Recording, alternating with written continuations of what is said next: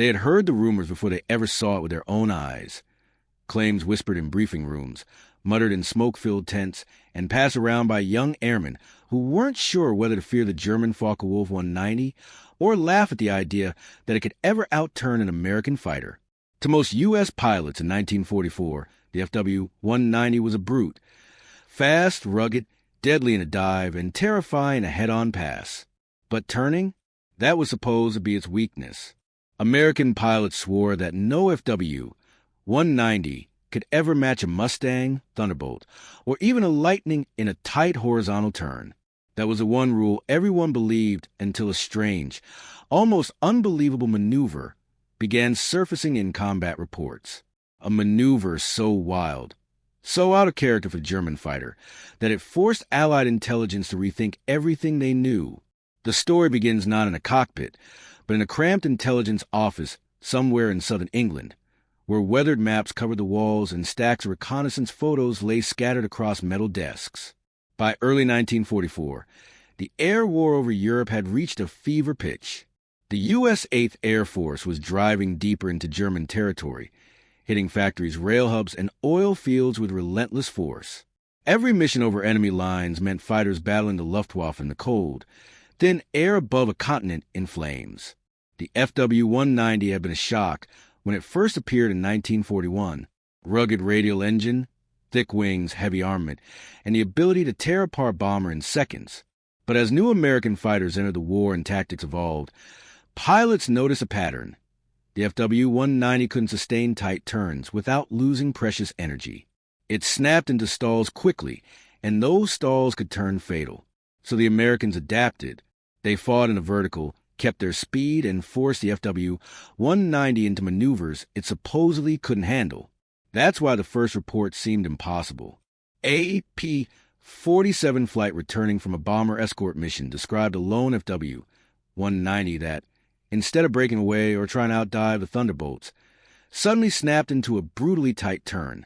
So tight, in fact, that the American pilots were convinced the German machine would rip its own wings off. The FW-190 held a turn just long enough to slide out of the Thunderbolt's firing angles, then accelerated away like nothing had happened. At first, intelligence officers dismissed the story as combat stress, a trick of perspective, a misidentified plane. But more reports trickled in. AP-51 squadron over Belgium. AP-38 element near the Dutch coast. Each one describing the same impossible maneuver.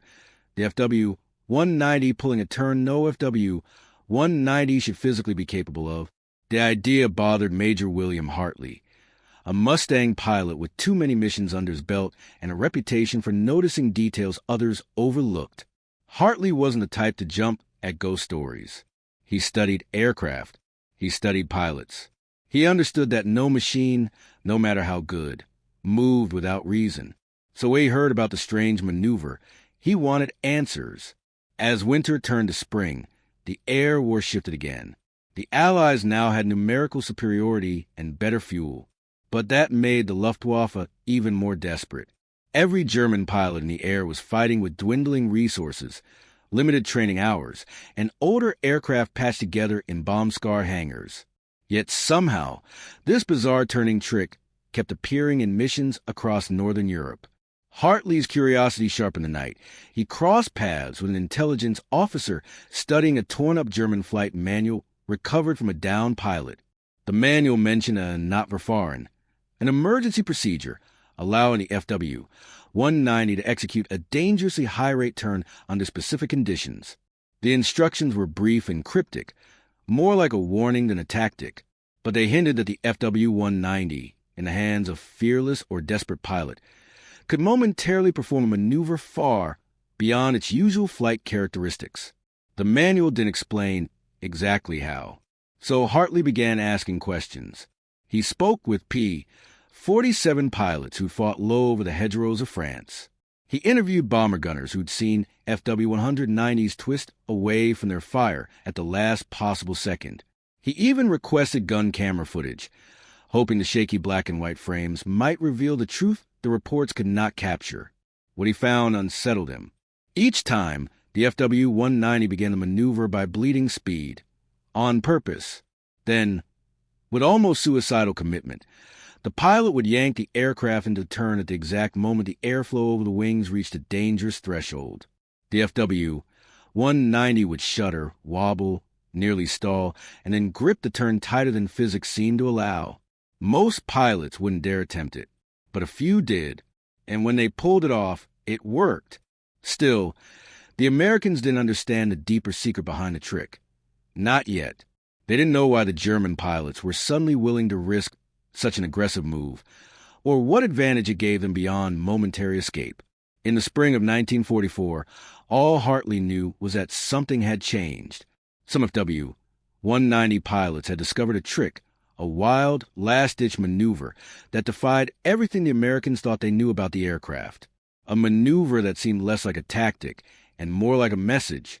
Don't assume you know what this plane can do. Hartley didn't know it yet, but he was about to see the impossible maneuver up close. So close he would feel the shock of it in his own cockpit. And when he did, he would realize that the trick was more than a clever escape. It was a warning. The mission that changed everything began on a pale morning in April 1944, when the sky over the English Channel looked like frosted glass, and the contrails of outbound bombers formed long white scars stretching toward France. Major William Hartley and his squadron of P-51 Mustangs had been assigned to escort formation of B-17s headed for a vital rail junction near Rouen.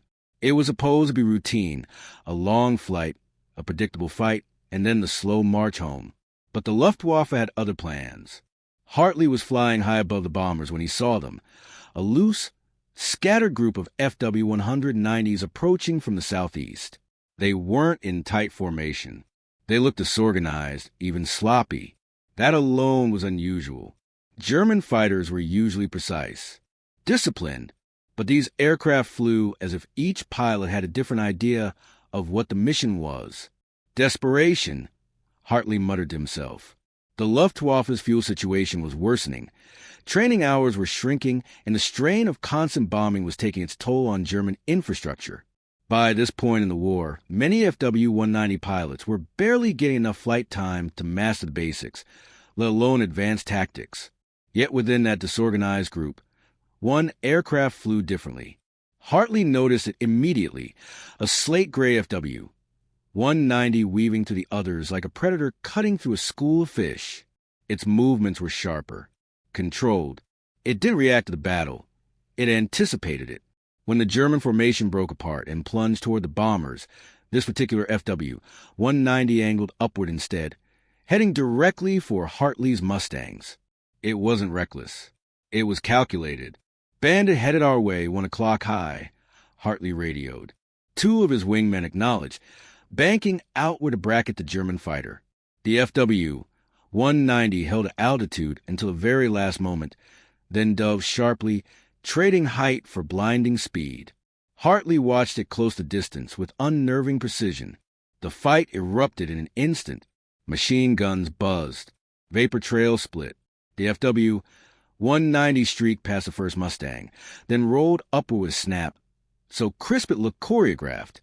Hartley, already turned to intercept, expected the German fighter to follow the traditional playbook, dive away, extend, and use the advantage of speed. Instead, the FW-190 did the one thing no American pilot expected.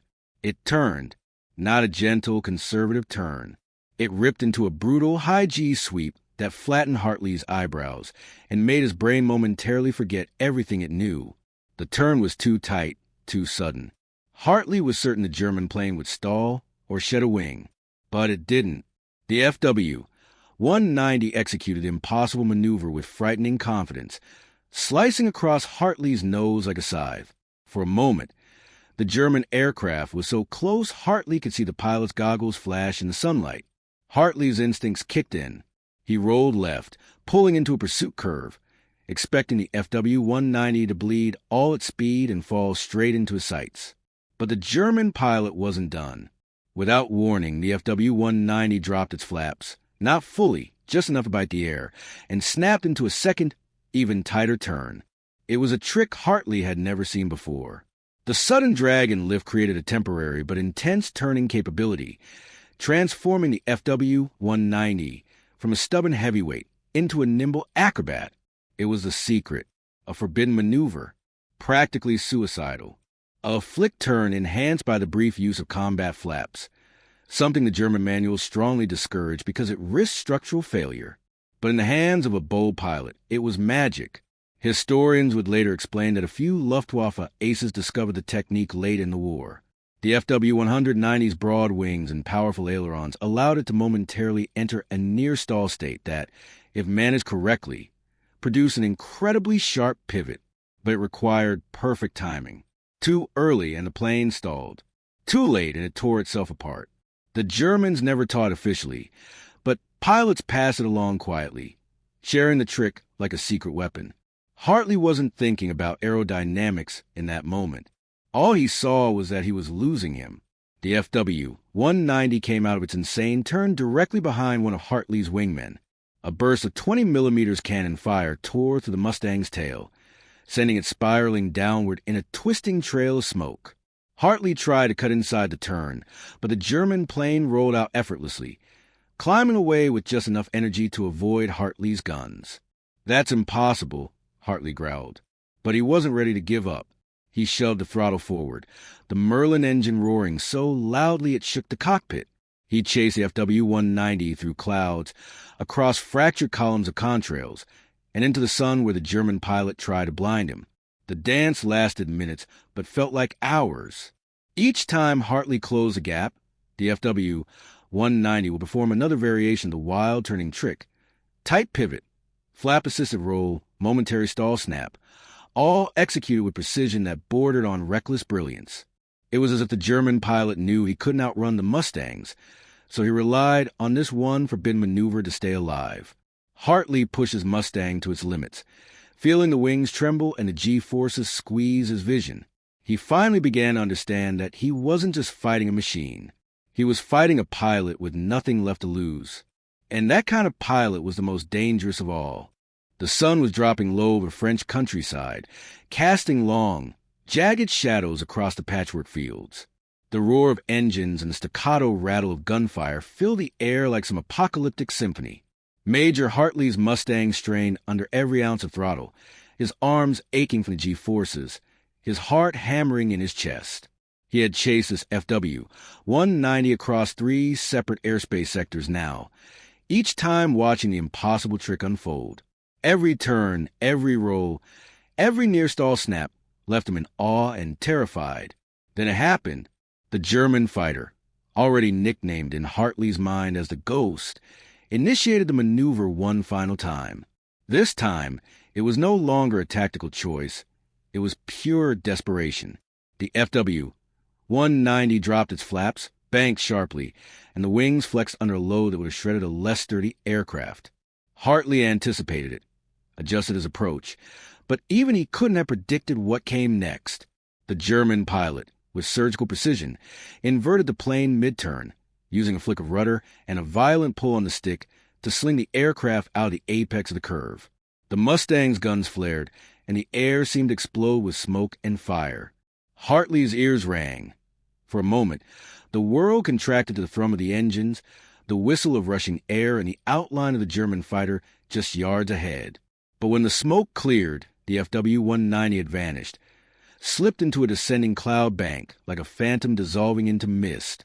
Hartley knew then that the legend was true. The maneuver wasn't a myth, and it wasn't just luck. It was a dangerous, precise exploitation of the FW-190's design, a combination of skill, fearlessness, and a willingness to flirt with destruction that American pilots had never fully encountered. He had glimpsed the limits of what a single pilot could coax from a machine, and it had left him humbled. Back at base, Hartley filed his report. Intelligence officers combed through his debrief, analyzing every detail. Gun camera footage was examined frame by frame. Engineers reconstructed diagrams, tried to understand how a plane built for speed and dive attacks could pivot like a fighter half its size.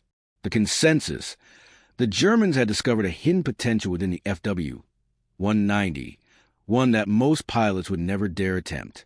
It was a maneuver that relied on timing, nerves of steel, and an intimate knowledge of the aircraft's delicate balance between lift, drag, and centrifugal force. The Allies called it the wild trick in their internal reports. No one outside the intelligence circles knew the full extent. For American pilots, the phrase carried an almost mythical weight. It symbolized a lesson the air war had stubbornly resisted teaching. Even the most familiar enemy could surprise you, even when you thought you knew all their weaknesses. Yet there was more to it than just aerodynamics. The maneuver spoke to the human element of warfare. The FW-190 pilot wasn't merely executing a mechanical trick. He was calculating risk, embracing danger, and trusted his instincts in a split-second dance with death. Each successful turn wasn't just a tactical escape. It was a testament to human ingenuity and daring under pressure. In the frozen sky over Europe, skill could bend reality, if only for a few heartbeats. Hartley often returned his mind to that day. The feel of the Mustang vibrating under extreme G-forces, the sun glaring off the German fighter's fuselage, the impossibility of the turns he had just witnessed. He knew he had faced a rare moment in aerial combat. The intersection of human courage and mechanical potential pushed to its limits. It was a lesson in humility, one that no textbook could convey and no instructor could teach. After the mission, Hartley briefed the squadron on the wild trick. He urged caution, explaining that while the FW-190 could perform these extreme turns, it was not invincible. Its limits were razor-thin. A single misjudgment could destroy the aircraft, and its pilot along with it. The Americans adjusted their tactics, understanding now that the FW-190's turning capability was not a constant, but a variable determined by courage, timing, and sheer audacity. Historians later pieced together that the wild trick had only appeared in the late stages of the war because the Luftwaffe needed it. With resources dwindling, training reduced, and pressure mounting from Allied air superiority, pilots were forced to experiment. Out of necessity came innovation. Out of desperation came a maneuver that defied expectations and temporarily leveled the playing field in the skies over Europe. For Hartley, and for every pilot who encountered it, the lesson was clear. In war, nothing is static. Machines have limits, but humans have imagination. An aircraft's strength isn't just in its design. It's in the hands of the one daring enough to explore its edges. And sometimes when the stakes are highest, those edges reveal something extraordinary. As the war pressed on, the wild trick became legend among pilots, a whispered story shared in mess halls, in smoke-filled tents, over radio chatter between missions. Young airmen would listen wide-eyed to tales of the FW-190 that could turn impossibly, surviving against overwhelming odds. And while many never saw it themselves, the stories inspired caution, respect, and profound awareness of what could happen when skill met courage in a single split second. The skies of 1944 were ruthless, unforgiving, and unpredictable. Yet amidst the chaos, the wild trick stood as a reminder of something enduring. In the theater of war, the human mind, daring and inventive, can coax miracles from even the deadliest machines. And for Major Hartley, the memory of that impossible FW-190 turn, vivid, terrifying, and awe-inspiring, would never fade. Because in that brief moment over France, the impossible had become real.